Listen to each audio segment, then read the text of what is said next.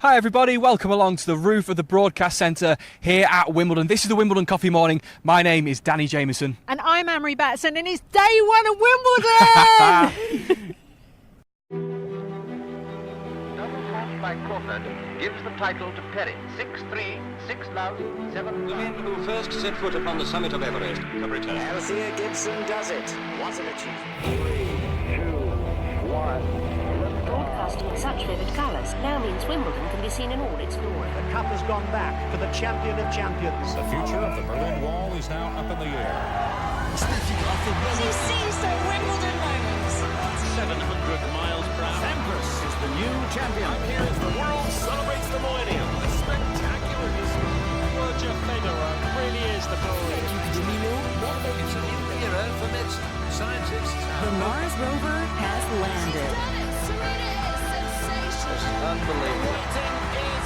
And another golden moment from Wimbledon.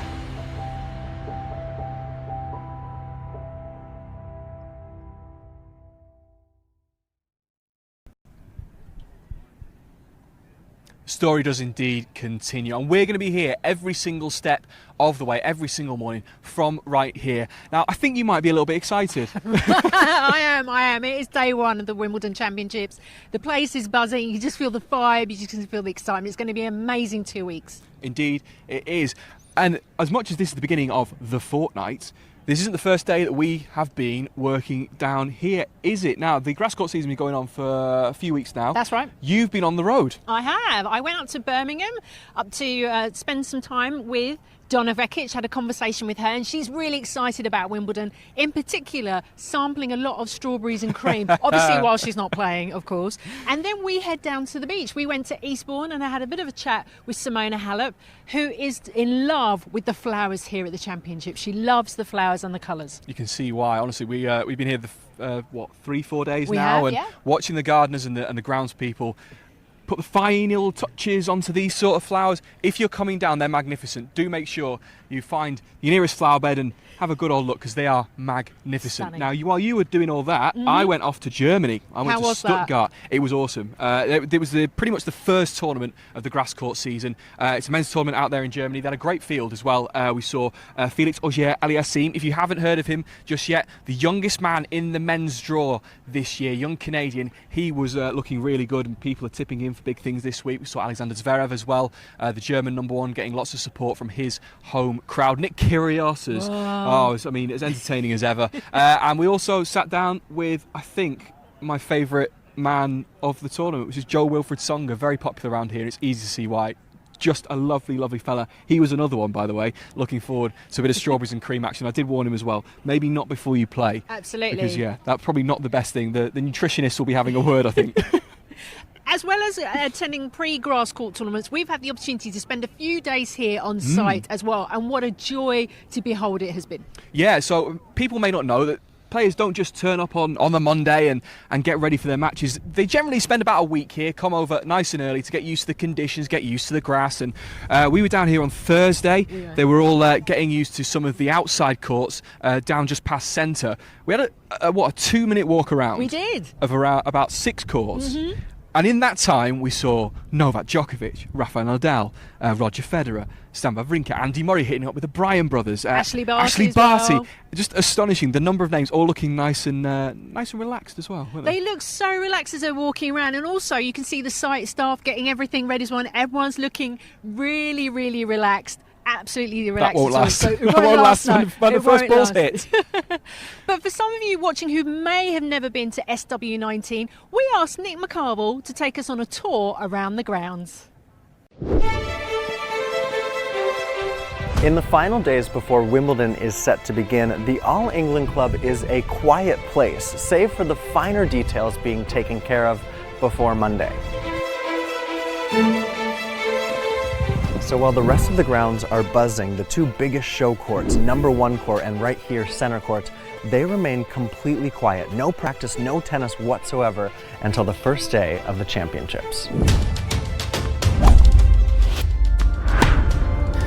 In the shadow of center court, if you look closely enough, some of the superstars are honing their craft in the final days leading up to the championship. These few days of practice, they also help the courts themselves to be just ready enough for Monday morning start.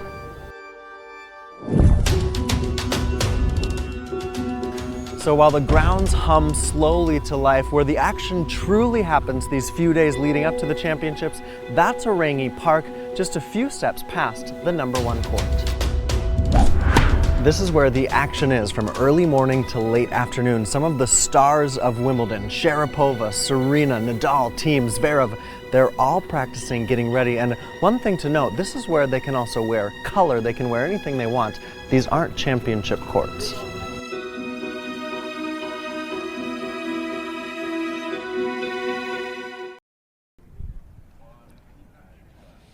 Oh, would Lockwood have it? The man himself, Nick McCarville. Welcome here. Now, you've been at our table for about 30 seconds and you've already been eyeing up the cake, trying to steal a strawberry. Incredible. Well, yeah, and I'm told that maybe I'll have a strawberry at the end of the hit so I don't get in trouble. But it depends how good you are. Is this a classic British breakfast? Yes, yes. Cupcake, strawberries, and cake? Yeah, it's the healthy breakfast. We've got all of the food groups covered. I love it. Nick, you've been buzzing around the grounds. What's been going on? Oh my gosh, I mean, sort of the energy, it's so exciting. Day one, you always feel it around the grounds, but it's really cool because we just saw that piece on how quiet things are the days leading in, and now for things to feel day one, the buzz, you feel the electricity, and there's really nothing like it. The other 3 slams, public are allowed in, the qualifying is at those grounds where the tournament happens, and at Wimbledon, no one's allowed really until the tournament starts, so you can feel it today. What makes Wimbledon so special, do you think? Oh my gosh, I mean, I remember, even for us Americans, growing up, I did a paper route when I was a little kid, and you do the morning paper route, and then we'd come home and watch Wimbledon. It was literally breakfast at Wimbledon every morning on American TV. There's just this specialness to it, the green grass, the white clothes, the flowers, the beauty of it, the history obviously that surrounds Wimbledon, but there's no tennis tournament like it in the world. And I know it feels that way for you guys as Brits, but it definitely feels that way for us too as Americans. Absolutely. Now you spend a lot of time with the players, of course, as well. Why did they enjoy Wimbledon so much? You know, it's interesting. I think they all really appreciate tennis is modernized, and I think every sport has and has had to modernize, but I think the players really appreciate the history here and what this tournament means, the fact that it's been around for as long as it has, and they come and they're a part of history. And you feel that at the Australian, at the French, at the US Open, but those are all brand new stadiums. I mean, you know, those are modern, and not that center court isn't a modern marvel itself. Now with the roof over it, we've got the roof over #1 court too, but it really feels like this place where you're playing as a part of history. And I think sometimes maybe you say it and it doesn't necessarily feel authentic, but it feels that way at Wimbledon, for sure. What is it you love about tennis so much, Nick? Ooh. Oh, what a question. Putting me on the spot. Can I have a strawberry while I think of that? I mean, I played it growing up. I wasn't good at all. That's why, paper route and then played some tennis. But, what I really appreciate about tennis is that there's no uniforms except at Wimbledon. You're not necessarily a part of a team. You have to go out there and battle yourself. I think a lot of tennis players, Andy Murray included, liken it to boxing, where you have to finish off an opponent. There's no clock that ticks down like in football or basketball, where you can kind of get a lead and then sort of see through a win like that. So I love that aspect of it.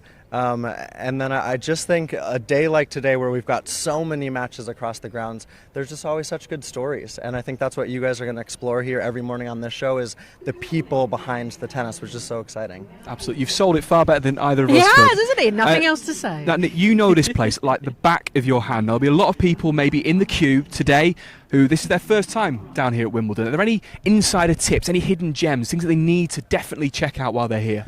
I mean, the hill behind us is amazing. We're just above court 18, which is probably one of my favorite courts in tennis. But I actually think the south side of the campus, if you go to court 12, which has more seats this year, they've added a whole bunch of seats there. Court 12 is one of my favorites because if you get a seat high up, you actually can see some of the field courts. Don't tell the players on court 12 that you're not watching them as well, but you get an opportunity to see courts 5, 6, 7, 8. I was just on court 5 where Novak Djokovic has his early practice with new new coach, Goran Ivanisevic, who's here with him for the championships. But court 12, get a high-up seat and quietly watch Wimbledon come to life around you. There you go. You're not going to get that sort of information anywhere else but on Coffee Nick Morning. McCarville there's a hot tip. Indeed. Now, Nick, you've been a very busy boy, haven't you? Because not only are you here and treading the boards at the championships, but June was International Pride Month around the world. And a former Wimbledon champion, Billie Jean King, has emerged as one of the most important voices for the LGBTQ community. And Nick went to go and meet her.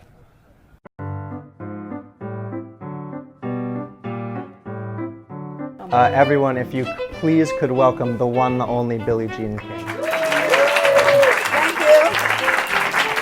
Thank you. Thank you. Yeah, baby. Woo! So we've got a group of young ladies here. We've got a group of young queer people, young leaders, and we're talking today about being your authentic self and being inclusive in sport. What I want to put to you is the challenge of you coming out. In the 80s. It is Drop the mic. just a bit of a challenge. I always thought I was straight as a young person. I mean, I got married to Larry. I was totally in love with him and the whole 9 yards. And then after we're married, I started mid-20s, maybe a little bit young, 24, 25. I started questioning myself. I realized that I like women too. So I was like, uh-oh, and I'm married. Boy, it was rough. It was a horrible time. And back in the 60s and 70s, you'd be so ostracized.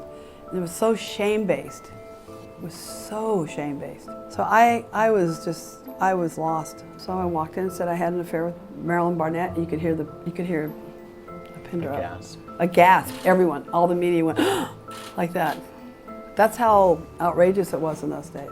How did you have that sort of self-belief that when your publicist and your lawyer said to deny it, that you held strong? It was about truth. Because truth does set you free. It really does. It gives you power. After coming out, I have so much more energy because it's exhausting when you're hiding something. Because secrets don't work, really. They just don't. Relationships are everything. That's with yourself, with your faith, if you have faith, whatever. Keep learning and keep learning how to learn. Be a problem solver. If that's what leadership is. That's what CEOs do at big companies. That's what you do in daily life, at school. Figure it out. Every one of you has something special. I don't care who you are. What is it? You have something extra. Every one of you. Oh, that's great. Thanks a lot. Love you. Thank you. You guys are great. Here we go. 2, 1. Billie Jean King, there are not enough superlatives to describe her and her achievements and her legacy, her ongoing legacy. 12 Grand Slam titles, 6 of them won here at Wimbledon. What can you say about Billie Jean King? Well, not just 6 of them in singles, you're right, but 20 Grand Slam titles total at Wimbledon across doubles and mixed doubles. She's the most prolific player at Wimbledon ever. Actually, no one has won more Wimbledon titles. And this was a really special event. I appreciate you guys running this piece on your show because we put it together and she spoke to a group of youngsters about leadership, about inclusivity. It was Pride Month. There's London Pride this weekend. And, you know, it's something that I've been trying to do the last few months on tour. And it's not asking anything from anyone else other than how do you be yourself and how do we welcome each other?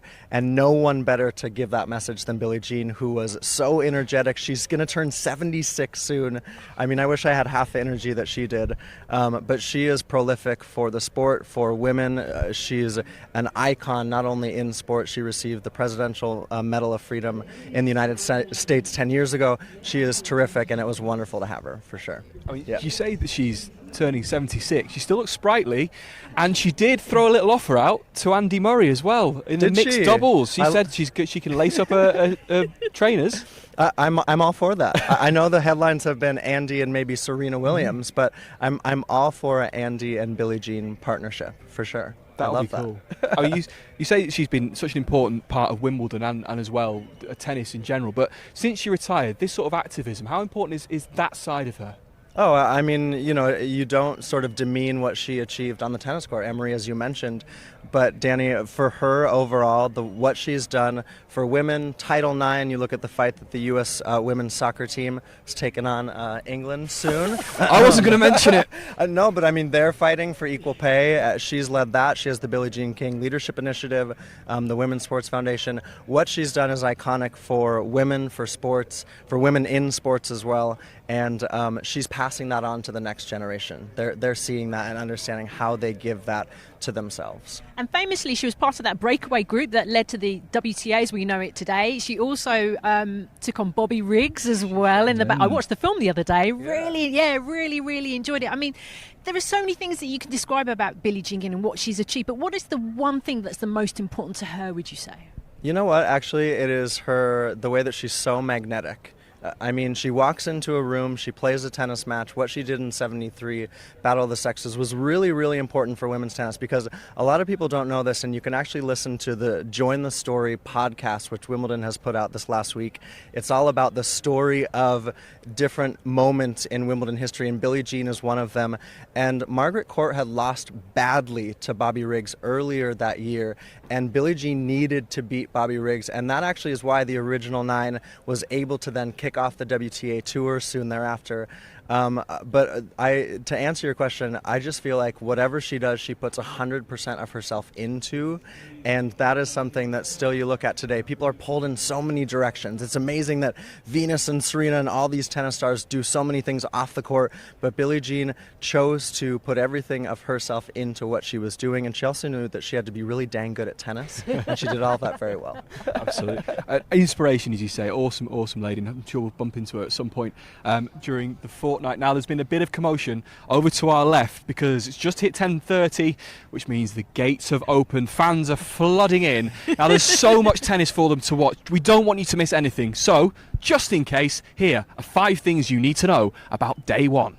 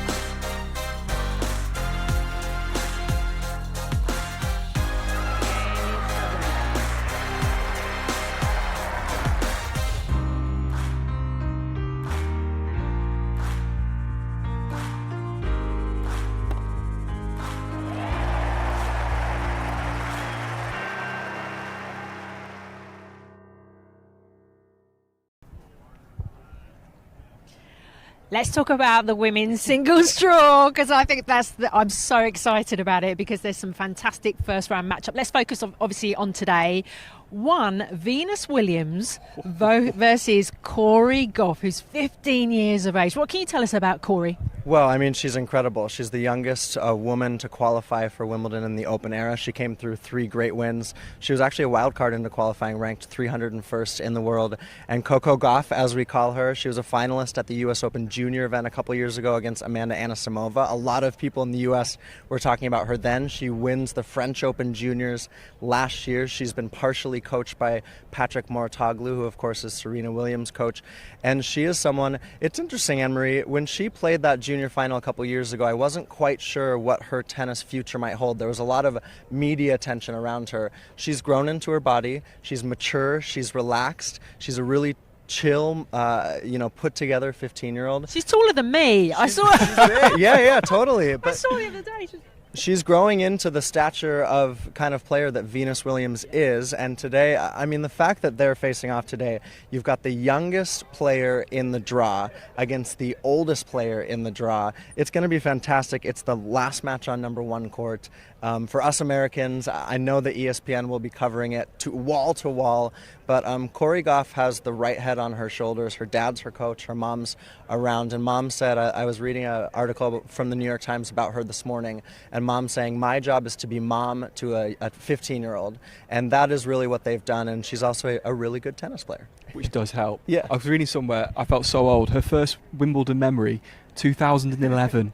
So she doesn't even remember Venus winning at Wimbledon. It's extraordinary. She was out on number one court yesterday, getting a bit of a feel for it. Do you think that's going to affect her at all? Because it's a big stage for your very first Wimbledon match. Yeah, I mean, you know, she's played on some bigger stages in her career. This would absolutely be the biggest, you know, she's making her Grand Slam debut. It would be the biggest stage she's ever played on.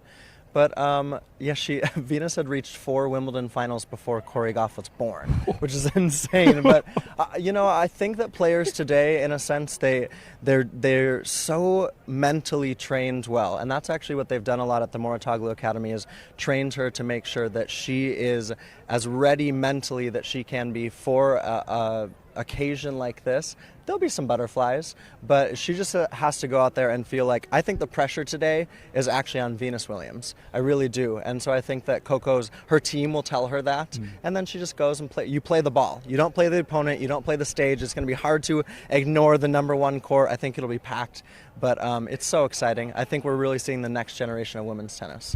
So what other seeds should people be looking out for today on the women's side? Yeah, I mean, it's a massive day. You've got Naomi Osaka, who's won 2 slams in the last year. She's on center court, which is great.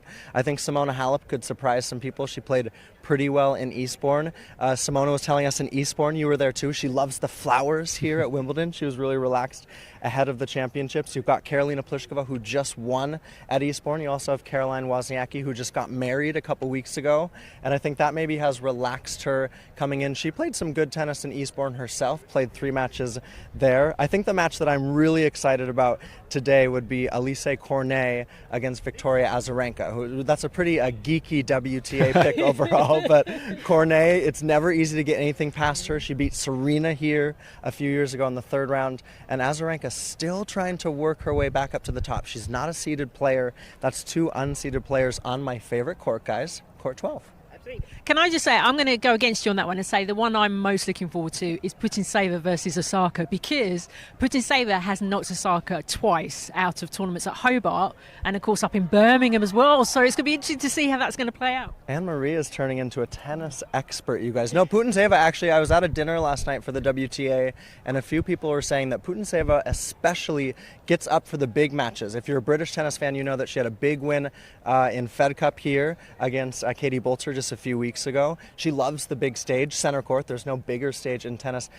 So do you think that Putintseva can beat Osaka? Yes. Oh, wow. I love the hot take. Lovely stuff. Hot take. We're barely half an hour in. But do you know what? I'm going to show off a bit as well. Do you know what the one match I'm most looking forward to is actually going to happen right behind us on court 18. Okay. Sei-Su Wei against Yelena Ostapenko. Yeah. I'm going to make sure I get down for a bit of that as well. I'm excited for that one. That match too, that's a good pick, Danny, because you've got Ostapenko, who hits the cover off the ball, whereas Sue Shea looks like she is essentially playing some club ball like you and I would play, but she does it so well. It is junk ball tennis at its best. I like that pick. Thank you. Yeah, you guys are... No, I mean, I liked your pick too.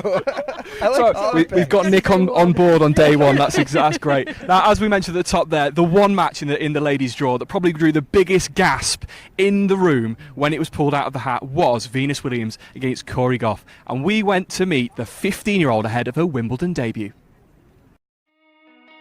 My name's Corey Gauff. I go by Coco. I'm 15 years old and I'm ranked 301 in the world.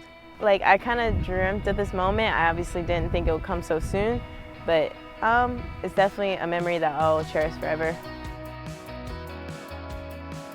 So after I made main draw here, 2 of my teachers found out I play tennis. They saw my name in the article.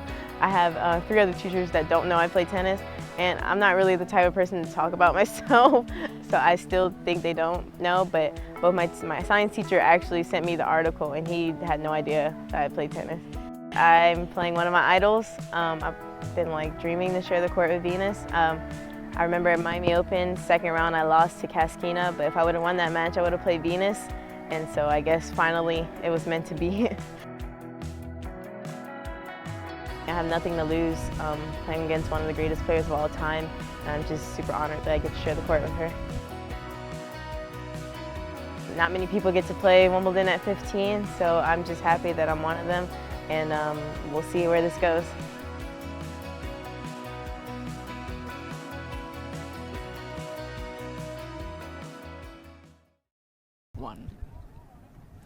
So composed, Corey Gauff. Amazing. Absolutely extraordinary lady. I hope she goes well later on today. Now let's turn our attention to the gentlemen's singles. Now this is a big day because we have the defending champion leading off. Yeah, and I ran from court 5 up here to the media broadcast roof, and Djokovic looks good. He hasn't played a warm-up event. He's got Philip Kohlschreiber, and if you talk about question marks floating around any opponent, it's always Kohlschreiber who comes in, he plays a pesky game, he gets everything back. This is his 60th major, he's 35, and he actually beat Djokovic in Indian Wells earlier this year. I called that match for radio, and he did so in straight sets. So I think today, obviously your pick is for Novak Djokovic to come through this one today, guys. But I just think because he hasn't played since the French Open, since Roland Garros, I think that just maybe, if Kohlschreiber can get that first set, maybe he settles in against Novak. But Novak does have a 10 to do head-to-head. So you guys had your hot takes. I have to have mine. We're going to have one each, haven't we? Excellent. So where else should we look for a bit of excitement, maybe? What other courts have caught your eye? Well, we were talking, let's stay on center court. Kyle Edmund Ketters taking on Jaume Munar, the young Spanish player. I think a lot of pressure now on Kyle, who hasn't had his body right for a while this year. Freddie Rosengren was his coach, who did so well with him in 2017 into that 2018 Australian Open semifinal. Jaume Munar, of course, is a dirt baller. The Spanish guys all are, but he's going to get a lot of balls back. And I think actually as the day moves on, the pace of center court might slow a little bit as we go into the evening. If it does get a little bit slick, I think Kyle will look to use his big backhand. He loves to jump up on that backhand and attack the ball. But I think for Kyle, he was pretty relaxed with us in media over the weekend. He was relaxed with us in Eastbourne as well. But I think that's really tough for him to come in. Andy Murray's taken a little bit of the spotlight off of him. So has Johanna Konta. But that's a tough first round ask for him. I really think so. Can I just say, as you've been talking, seeing people starting to fill in the court behind us is amazing. They're all looking really, really excited. Let's just quickly talk about the all-Canadian matchup. Yeah. Felix AA, as I'm going to call him from now on, I think. Felix Auger. FAA, fair enough. Felix Auger Aliassime, is that right? Thank you. Versus Vasek Popsibil. Yeah. Interesting one. What do you think? Well, first of all, it's a tongue twister, right? You know what? Felix Auger-Aliassime is incredible. He's 18. He's had major success already in his young career. He's been to 2 finals on the ATP. He's worked really closely with the Tennis Canada team to develop him as a top-level player. He, like Stefanos Tsitsipas, you guys, he plays a man's game as a teenager. Tsitsipas now 20 years old, but I think for FAA, for Felix Auger-Aliassime, this could be his breakout major. It's only his second. He played at the US Open, wasn't able to play at the AO or the French Open, and he plays with this brash style. He's aggressive, he's confident, and they've really taken him slowly to where he is. Vasek Pospisil hasn't played since November. He's had injuries. He's been really busy on the ATP Player Council. I know it's exciting as an all-Canada matchup, but if you're going to watch this match, watch it to see Felix Auger-Aliassime. Don't necessarily expect for this to be a big match. I think he should really roll over Vasek today. Oh, he looked really good out in Stuttgart. I couldn't believe that was his first match on grass, basically as a professional. He really? looked so at home. Yeah. He looked really, really good. That's also out on Court 12. Yeah, you yes, paid by Court 12? Unbelievable. I have a sponsorship deal. Thank you, Court 12. This is Court 12, guys. 12 That's the place clothing. to be. You'll see Nick. Any of the other outside courts sort of catching your eye? Well, I think it'll be really interesting on the number 3 court, which if you have a grounds pass today, there are some seats inside number 3 court where you can see Kevin Anderson, last year's runner-up. But again, you talk about keeping your body right in men's tennis. He's been injured. And he's got Pierre-Hugues Herbert, who is Andy Murray's doubles partner. But more importantly, Hugues Herbert has been playing a lot of good tennis. He's a doubles player who's trying to put more of his focus on the singles. You wouldn't know that with all the Wimbledon headlines around he and Andy. But I think actually on Wimbledon.com today, we have our dark horse picks, and I picked Hugues Herbert to beat Kevin Anderson today. And listen, I love Kando. He's a great guy. I just don't think he's match tough right now. I also think when you're almost 7 feet tall and 11 a.m. start as they start on number 3 court, that's dangerous. I saw Riley Opelka yesterday, and I was looking up like this.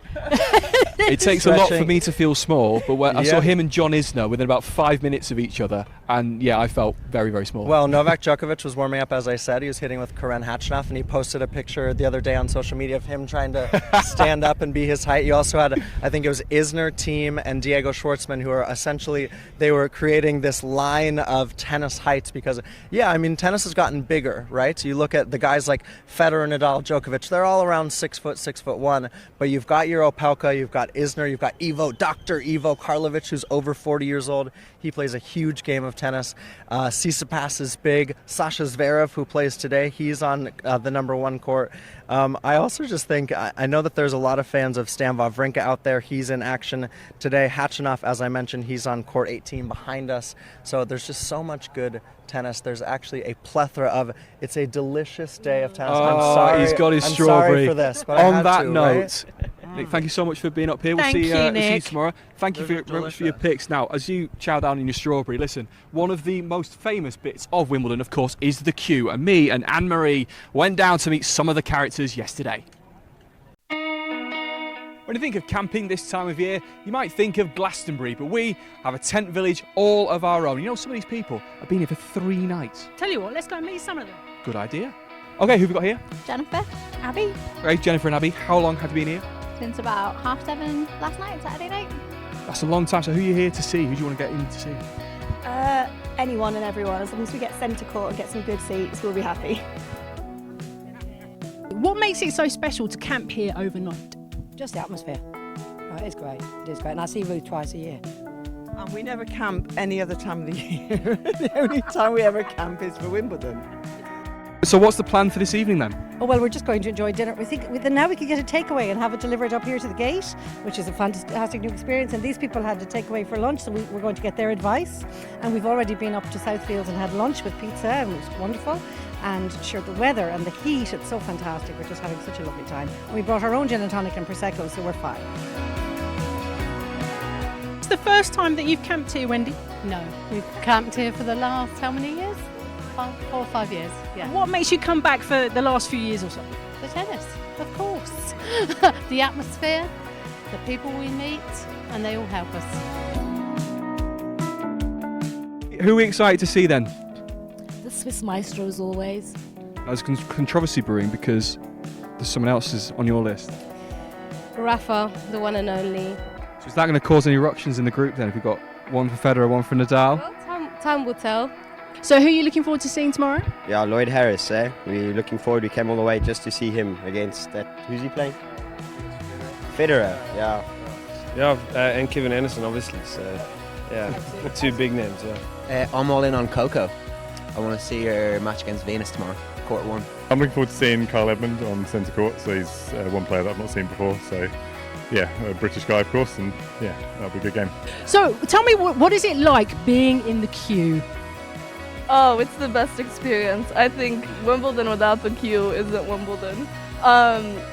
We all met each other through the queue, and we've been friends for 3-4 years. Yeah. And we travel around the world together, and yeah, it's only partly about the tennis. I mean, we love the tennis, but we got a community of friends.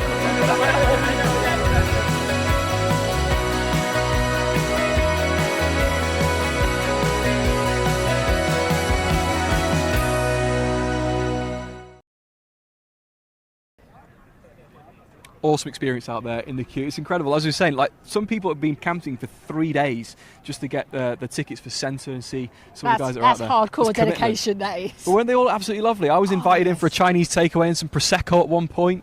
They were fantastic. And what was astonishing was the fact that some people had actually met a few years ago in the queue and had built friendships off that and Facebook groups and other social gatherings as well. It's That's such a amazing. cool thing. I'm a big fan. And that stays the same pretty much every year, the queue. That is a tradition as old as time, but there's been a few changes around these parts. You see over to our left, your right, if I've got my directions correct, is the #1 court, which has a brand new roof. We were here for the opening. Absolutely. I mean, it was a fantastic event, and Simona Halep will have the opportunity to play on the #1 court with the new roof as well. Indeed, it's magnificent. Also, changes at the hill, which you can also see behind us, which is filling up very nicely indeed. The big screen over there, either side, there's a new living wall, which looks spectacular. If you're coming down, get yourself a seat over there and watch some of the tennis that is going on number one court. Oh, it's exciting, isn't it? It's really, you can just feel the atmosphere really now getting to build. And like you said, there's so many people coming in behind us as well.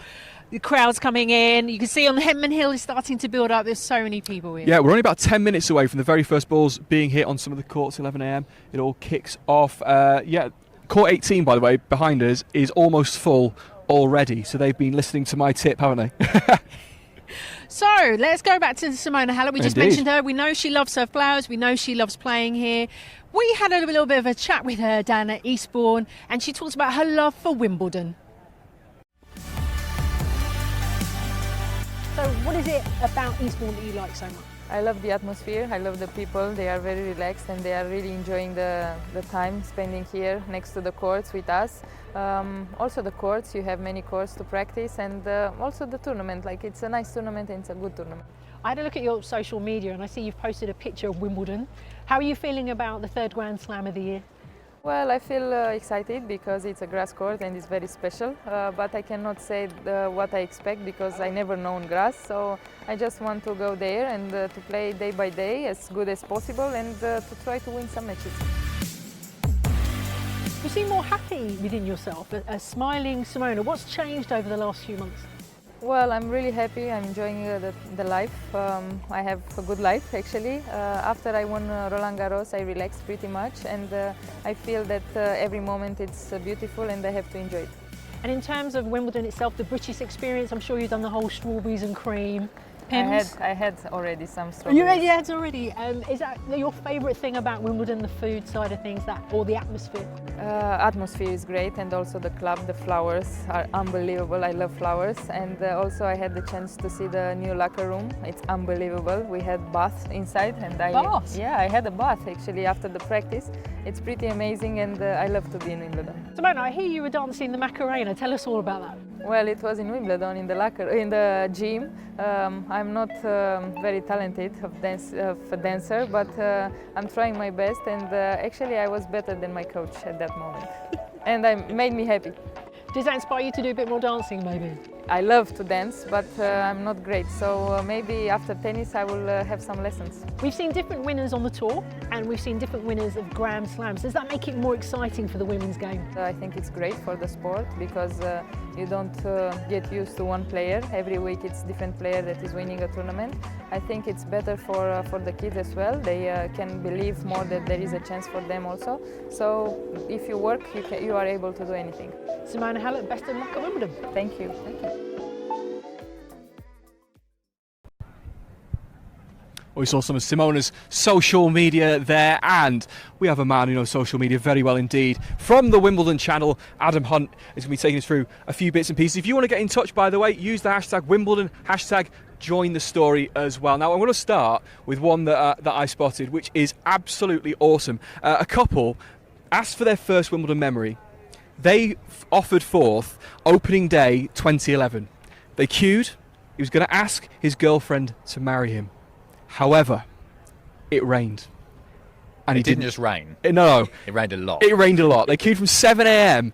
and he didn't end up doing it. He didn't end up doing it that day. But they are now happily married. 7 years. They're coming today. We're going to try and catch up with them. They're the sort of stories that we women must absolutely clarify, love. though, that he didn't end up not doing it because he thought twice about it. It was just the weather. No, it was the weather. It was only the weather. He wanted it to be perfect. perfect, which I would expect his lady wife would appreciate as well. But they're the sort of stories that Wimbledon throws up every single year. Oh, there's always that kind of thing. The first few days at Wimbledon, it's great for the tennis, great for the stories on the court, but it's also brilliant for the stories off it, that kind of thing. People come into their first Wimbledon. I think we'll get to another post later on. The first time they've ever had tickets, they've queued up. It is just such an experience. And until you've been here and experienced it for the first time, you can't really fully fathom what it's like standing in that queue out there. No one queues like the English. You know, it's going round and round and round a park. It's so long, the queue, if you haven't seen it before. And it really is worth the wait, because once you get in the grounds, I've done it before a couple of years ago, the first day of the championships. It was a beautiful day like this, waiting with the people who'd queued in, and then when they're let in, when the doors open, and they look round the grounds and you see all these faces like, oh wow, this is it. Yeah. Because the thing is, when you're watching on television, you see the courts, you see the grass, you're shown a particular view of this place, and it is beautiful, but it is nice to just see everything else, that it's not just what's on television. There are so many great courts and great matches.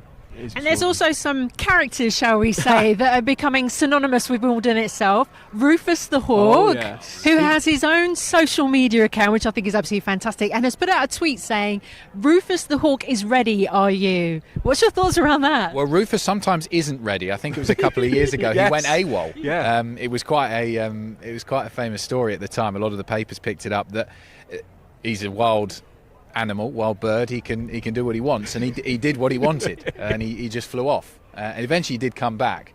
Maybe they weren't paying him enough. But yeah, he did come back eventually. But he's a real character. I've had the opportunity to interview him a few times. Interview? Yeah. How did you do that? Speak bird? Yes. it was a fairly one-way conversation, but he did let me into some of the secrets of what he gets up to. So.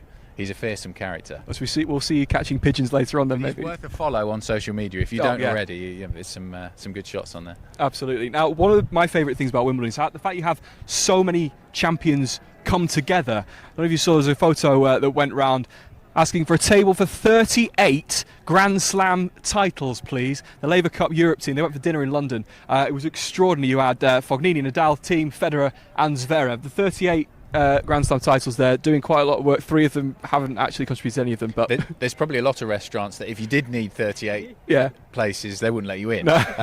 The thing I liked about this was it shows the sort of changing of the guard that we're getting in tennis at the moment. You've got the young players, the likes of Zverev and Thiem, who so many are expecting to go on and win Grand Slam titles. Neither of them have won a Grand Slam yet. They could do it here at Wimbledon.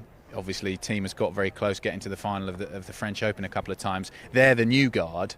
And then the old guard, the likes of Federer, Nadal, are trying to keep those players from winning some of those Grand Slam titles for a little while. So I just love where we are in men's tennis at the moment is that cusp of some of the real greats of the game getting towards the last few years of their career, and some really exciting players coming through.